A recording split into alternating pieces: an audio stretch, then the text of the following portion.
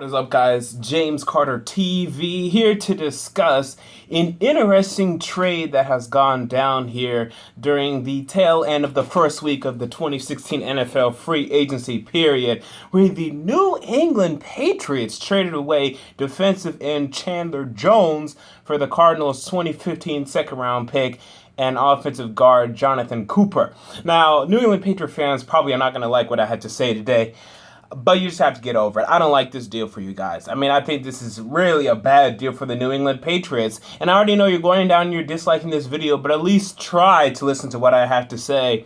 And then you can dislike after that and comment down below what you think about this deal. But I love this deal for the Arizona Cardinals, so I'm sure Cardinal fans are going to love this video.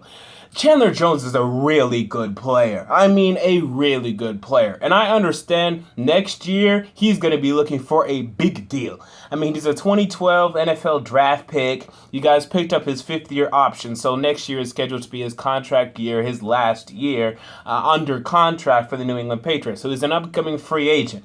Olivier Vernon just got paid 5 years, $85 million. Chandler Jones is probably going to get paid more than that. Okay, I agree with you. Although, at the same time, you do realize you could franchise him, right? But, okay, we'll just assume that you wouldn't franchise him, even though that wouldn't make any sense. Again, you could just franchise him coming into this after this season if you really don't want to pay him yet. But anyway, yes, he's going to get paid a lot. I mean, it's probably going to be 5 years, $90 million, because Olivier Vernon, although PFF, Pro Football Focus, loves what this guy does, they ranked him as the number 3 edge rusher. Olivier Vernon does not bring the number of sacks that you would like to see out of a 5-year, $85 million contract. And that was my biggest problem with the Dolphins, or not the Dolphins, the Giants, signing him to that ridiculous contract. Yes, it's nice to have pressures and run defense, but you got to get after the quarterback. You got to get him down. While Chandler Jones does just that. 12.5 sacks in 2016. Only played 15 games, so he missed a game, and still had 12.5 sacks. Last year, played 10 games, had 6 sacks. So if he would have played 16, probably would have had another 10-sack season. The year before that, had 11.5 sacks. This guy gets sacks. Not only sacks, 4 forced fumbles this year, 2015, Chandler Jones. That is big time. I mean, that is a lot of forced fumbles to have. So not only is he getting after the quarterback, he's also causing turnovers, causing interceptions, and just stripping the ball out himself. Next, he even had an interception this season. I'm not even sure which one. I didn't see it, or maybe I saw it, but I forgot which one it was. But that in itself is interesting. This is a defensive end. This is one of the best defensive ends in the NFL, who's coming to his own, who turned 26 years old last month. February 12th, he turned 26 years old. Coming into his prime. Chandler Jones is one of the young, elite upcoming pass rushers. It's him, it's Ezekiel Ansah, it's J.J. Watt, who's above them, Robert Quinn. I mean, he's in that elite tier of defensive end pass rushers. And the New England Patriots, I understand, you don't want to pay guys a lot. You know, you have this philosophy of not wanting to pay guys. But I'm looking here. The New England Patriots are scheduled to have $77 million in cap room next year. What's the problem? Because you're paying Tom Brady. Okay, you're paying him $20 million. Okay, who else are you paying? You're paying Nate Solder. If you want to get rid of anybody, get rid of this guy. Because this guy's play has gone down, if anything, while Chandler Jones has actually improved over the years. You're paying Danny Amendola too much money. He's scheduled to make $7 million in 2016. You can cut him. You can create cap room and cap space with that move. When you're talking about the New England Patriots, you're talking about, to me, a team with 6 great players. Great players.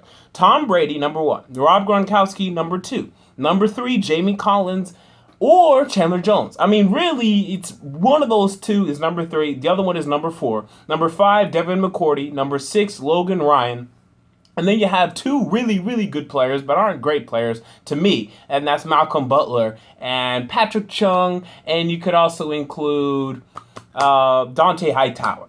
But they aren't in that top six class. I mean, those top six guys, I mean, they are elite at their own positions, great players at their own position. Logan Ryan, I mean, he's the top 10 quarterback in the NFL. So we're talking about elite players, top 10 at their respective position players in the NFL.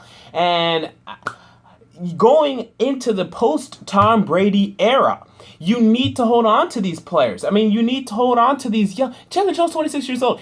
Chandler Jones, Jamie Collins, Logan Ryan, Dante Hightower. Pay these guys to lead you into the post-Tom Brady era, which I don't know if it's going to be Jimmy Garoppolo or who's going to be the quarterback, but that way this guy can come in there and have an elite defense to work with. Now, you need to build some offensive weapons at the wide receiver position, and the offensive line needs rebuilding, and that's why you went after Jonathan Cooper. But Jonathan Cooper is a guy that the Arizona Cardinals have been begging. They've been begging, oh, please, Jonathan Cooper, please do something. Please, we want you to be good. We want you to be so good. You have so much potential. Please be something. Do something, please. And he hasn't done anything.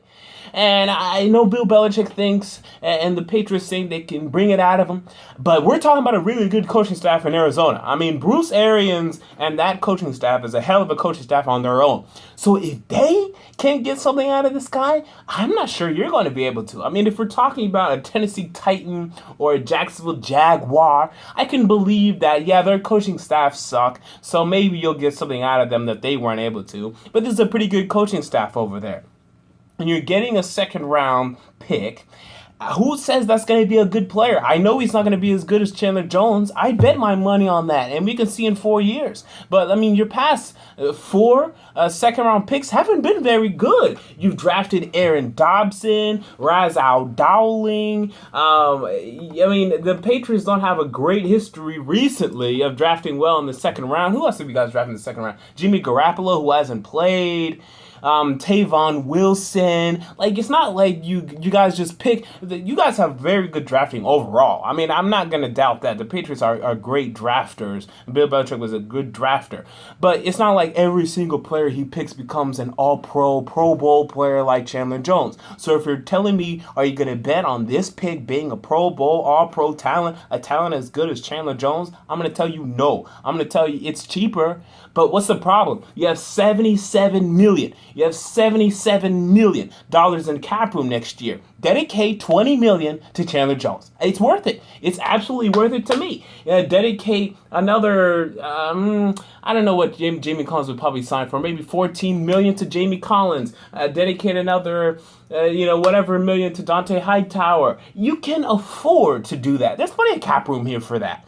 I don't understand why they're being cheap. But as for the Arizona Cardinals, congratulations, you've gotten yourself a good pass rusher. I came in to this offseason saying that the Cardinals need to find themselves an elite, maybe not an elite, but a really good pass rusher. I mean, you drafted Marcus Golden in the third round last year at Missouri, has some nice flashes for you, but you just can't keep bringing in guys like Sean Weatherspoon, guys like Dwight Freeney, and expecting them to really do stuff for you. Stop renting these players. Get you a franchise pass rusher. You've done it here, and now once again you're in that Super Bowl conversation to me. Now the big question is, Carson Palmer, can he be ready to enter 2016, ready to compete, ready to play at a high level and bring that throughout the playoffs? Because I'm not sure. I'm not betting on it.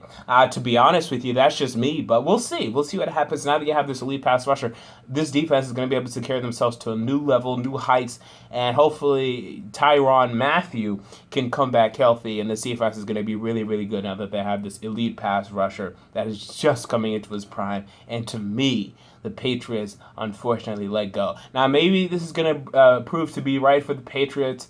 I mean, I don't see it. Again, he had like some issue, some medical, not even medical. Yeah, I mean, it was medical issue, marijuana overdose or something like that.